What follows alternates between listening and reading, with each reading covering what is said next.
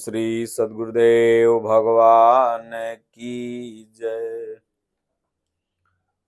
बोलो जय सिया राम, जय जय सिया राम। हे विधि दीन बंधु रघुराया, मोह से सठ पर करी हूँ दाया। श्री राम जय राम, जय जय राम।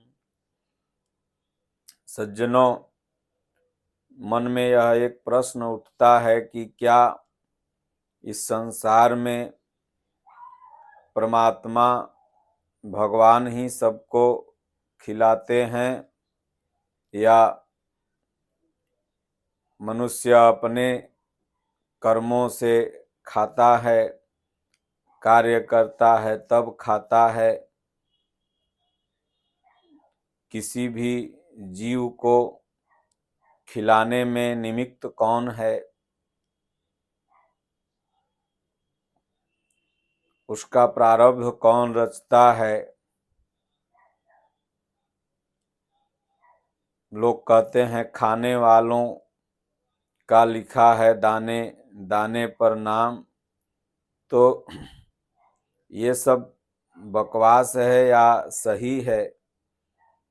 इसी परिप्रेक्ष्य में दो कथानक के माध्यम से आपको हम समझाएंगे। एक राजा साहब थे,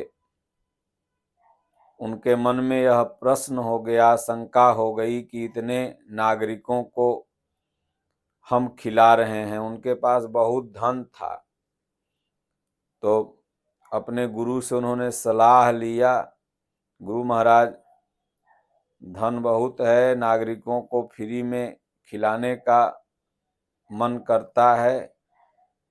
1 वर्ष तक गुरु महाराज ने कहा, देखो फ्री में 1 वर्ष तक खिलाओगे तो फिर 1 वर्ष के बाद ये अकर्मण्य हो जाएंगे, तो फिर या तो भूखे मरेंगे या तो आलसी हो जाएंगे। तो इसलिए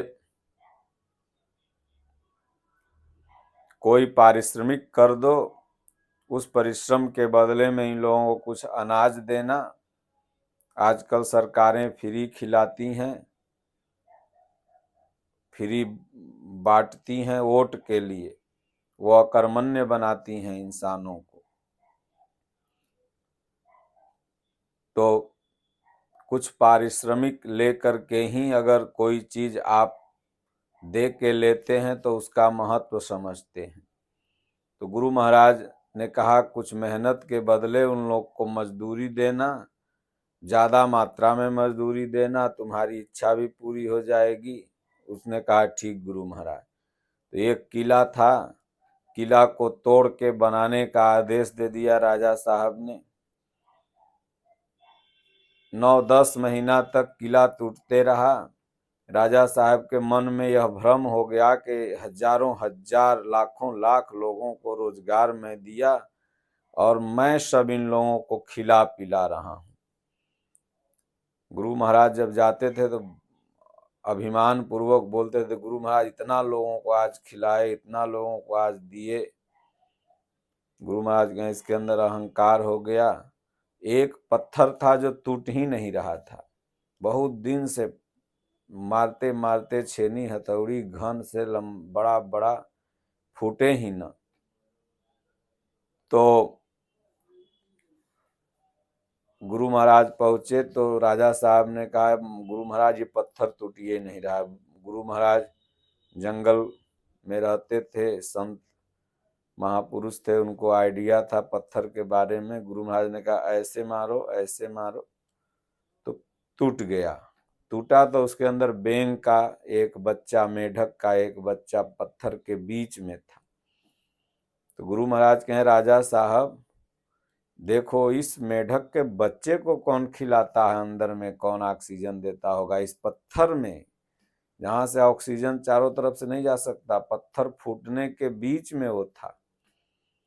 बोले देखो इसको कौन खिलाता है, इसको कौन पानी देता है। तब राजा साहब दंडवत किए, बोले गुरु महाराज आपने सही कहा कि इस धरती पर अगर भगवान परमात्मा ईश्वर ही सबको खिलाते हैं, बाकी कोई न कोई निमित्त बनता है, बस उनका अहंकार टूट गया। एक भक्त था, अपने गुरु महाराज के पास पहुंचा तो गुरु महाराज के यहाँ प्रसाद पालो, भोजन बना। बोले गुरु महाराज आप बार बार कहते हो भगवान खिलाते हैं, भगवान खिलाते हैं, हम भगवान को नहीं मानते, हम कमाते हैं तो खाते हैं। तो गुरु महाराज ने कहा देख खिलाते तो भगवाने हैं, और तुम खाओ चाहो मत खाओ हमसे क्या मतलब, लेकिन खिलाते तो भगवाने हैं सबको। खाने वालों का लिखा है दाने दाने पर नाम, भगवाने खिलाते हैं, वो नहीं चाहे तो आदमी भोजन करता है उल्टी हो जाता है, थाली आगे रखी रहती है, देखने को मन नहीं करता, कोई ऐसा काम आ जाता है थाली छोड़ के भागना पड़ता है। और अगर खाने में नाम लिखा हुआ है तो दूसरा थाली छोड़ देगा, आप पहुंच के खा लोगे। ये दुनिया में जो कुछ भी हो रहा है सब ईश्वर प्रदत्त और पहले से निमित्त और अलर्ट है। हो जाने के बाद ऐसा महसूस होता है, पहले तो लगता है कि हम किए, लेकिन जब वो कार्य हो जाता है तो लगता है तो भगवान के द्वारा निमित्त था पहले से। कोई नेता हो, कोई राजा हो, कोई अफसर हो, जब वह अफसर नहीं बना रहता है तब लगता है कि मैं मेहनत किया तब बना, लेकिन बन जाने के बाद लगता है ये पहले से अलर्ट था, प्रारब्ध में लिखा हुआ था, इसलिए मैं बना। तो गुरु महाराज कहे खो चाहे मत खो, लेकिन खिलाते भगवान हैं। तो कहा ठीक है गुरु महाराज, आज हम देखते हैं भगवान कैसे हमको खिलाएंगे। जंगल में चला गया, एकदम घनघोर जंगल में जाके एगो पेड़ पर चढ़ गया, बोले देखते हैं आज भगवान हमको यहाँ कैसे खिलाते हैं। कुछ देर बाद व्यापारी लोग जा रहे थे, बड़ा घन छाया था, गर्मी का दिन था, बोले यार यहाँ छाया है, बैठो यहीं खाना बनाते हैं, यहीं खाएंगे हम लोग, और उसके बाद तब पानी वानी पी के, बगल में तालाब है, फिर चलेंगे, 4 बजे गर्मी भी बीत जाएगी। खाना वाना बन के तैयार हुआ, और तब तक घोड़े की आवाज खड़क खड़क खड़क लगी आने। तो व्यापारियों ने सोचा कि लगता है चोर सब पीछा करते हुए आ रहे हैं, धन लूट लेंगे, इस भोजन के फेरा में रहोगे करने के, चलो भोजन बना सना छोड़ो, जो सोना चांदी है हीरा जवाहरात इसको लेके भागो। खाना पीना सब व्यापारी लोग छोड़ के वहां से भागा अपना घोड़ा पर बैठ बैठ के। चोर सब आया तो पेड़ के नीचे अगल बगल देखा कोई नहीं, तो देखा कि एक में हड़िया में दाल, एक में चावल, एक में रोटी सब्जी चोखा सब बना हुआ है, एकदम गरम गरम। तो एक चोर बोला लगता है हुजूर अभी का तुरंत का खाना बना हुआ है, गरम है, अगल बगल जरूर कोई होगा। तो चोर का जो सरदार था बोला देख कहीं अगल बगल, तो लगा देखने तो ऊपर वह चढ़ल था पेड़वा पर, जो ऋषिया करके चढ़ल था कि आज भगवान कैसे खियाते हैं हम जाने। तो चोरवा का हुजूर वो पेड़ पर चढ़ा हुआ है। बोले उतार उतार, यह बना करके हम लोग को लगता है देख के ऊपर चढ़ गया। उसको उतारा नीचे। बोले का रे खाना तुम्हार है? बोले नहीं हमर नहीं है। बोले झूठ बोला हुजूर, इसमें जहर वहर साला डाला होगा कि चोरवन सब आएगा खाएगा, भूखा होगा मर जाएगा। तो जो सरदार था बोला तो पहले एकरे खियाओ, पहले एकरे खियाओ और उसके बाद तब हम लोग खाएंगे, अगर जहर डाला होगा साला पहले ही मरेगा। तब वो कहा नहीं हम नहीं खाएंगे, हम आज जिद किए हुए हैं कि भगवान हमको कैसे खिलाते हैं हम भी देखेंगे। तो एगो चोरवा सरदार का इसको 8-10 कोड़ा मारो तब साला खाएगा। 8-10 कोड़ा मारा, कहे चल चाउर दाल चोखा सब में से थोड़ा थोड़ा पहले खो। खिलाया उसको, के बाद चोरवन सब खाया, फिर चला गया। फिर वो आया गुरु महाराज के पास। गुरु महाराज कहे का रे चलवा, चेहरा पर तो हरियरी है, खाया होया कुछ? बोले हाँ गुरु महाराज, आप सच्चे कहते थे कि भगवान खिलाते हैं, लेकिन ये आपने नहीं कहा कि भगवान कोड़ों मार के खिलाते हैं। अरे चोर मिले ससुरे जबरदस्ती, 4-6 कोड़ा मारे और खिलाए, बोले खो जल्दी। तो गुरु महाराज कह रहे भगवान माई बाप हैं, इस दुनिया में भूखल कोई नहीं मरा है। जो भी जीव है, मनुष्य के सिवा जितने भी जीव धरती पर हैं, आप विचार करिए कौन अपने से कमाता है और कौन खाता है। केवल इंसान है, उसको यह भ्रम है कि मैं कमाता हूं, मैं खाता हूं, मैं करता हूं। बाकी माना गया है कि 84 लाख योनियां हैं। इन 84 लाख योनियों में एक योनि मनुष्य योनि को छोड़ करके, जो कि यह कमाती खाती स्वयं नहीं, ये भगवान द्वारा प्रदत्त है। भगवान इसको भी खिलाते हैं। ईश्वर ने चावल बनाया, आटा बनाया, दाल बनाया, हम खेत में छींट के चले आते हैं, भगवान भरोसे वहीं उपजता है, खाते हैं। तो उसमें हमारा क्या योगदान है? वो तो ईश्वर का योगदान है, प्रकृति का योगदान है। लेकिन हम समझते हैं कि हम करते हैं। बाकी योनियां जितनी भी हैं, अंडज, पिंडज,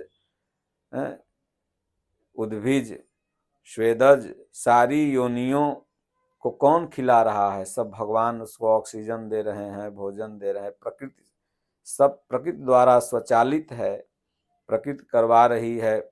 प्रकृति और परमात्मा, इन दो तत्वों से संसार का निर्माण होता है।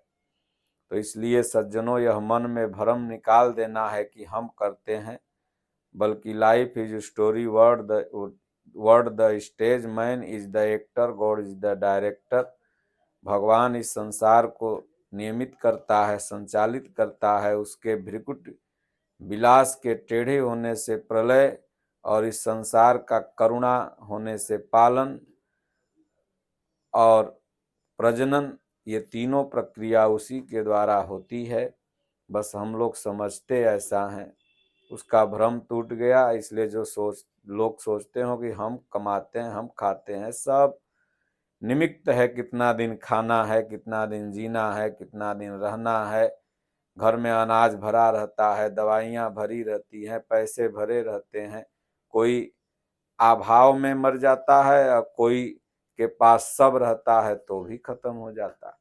कोई कोई व्यक्ति के पास कुछ नहीं है तो भी भरपेट खा के सो रहा है, और कोई के पास बहुत कुछ, करोड़ों अरबों की संपत्ति है, फिर भी डॉक्टर बोला है 1 रोटी खाना है, आधा रोटी खाना है, तेल कम खाना है तो मना है, नहीं है तो इसलिए सब कुछ ईश्वर प्रदत्त है। ओम श्री सद्गुरुदेव भगवान की जय।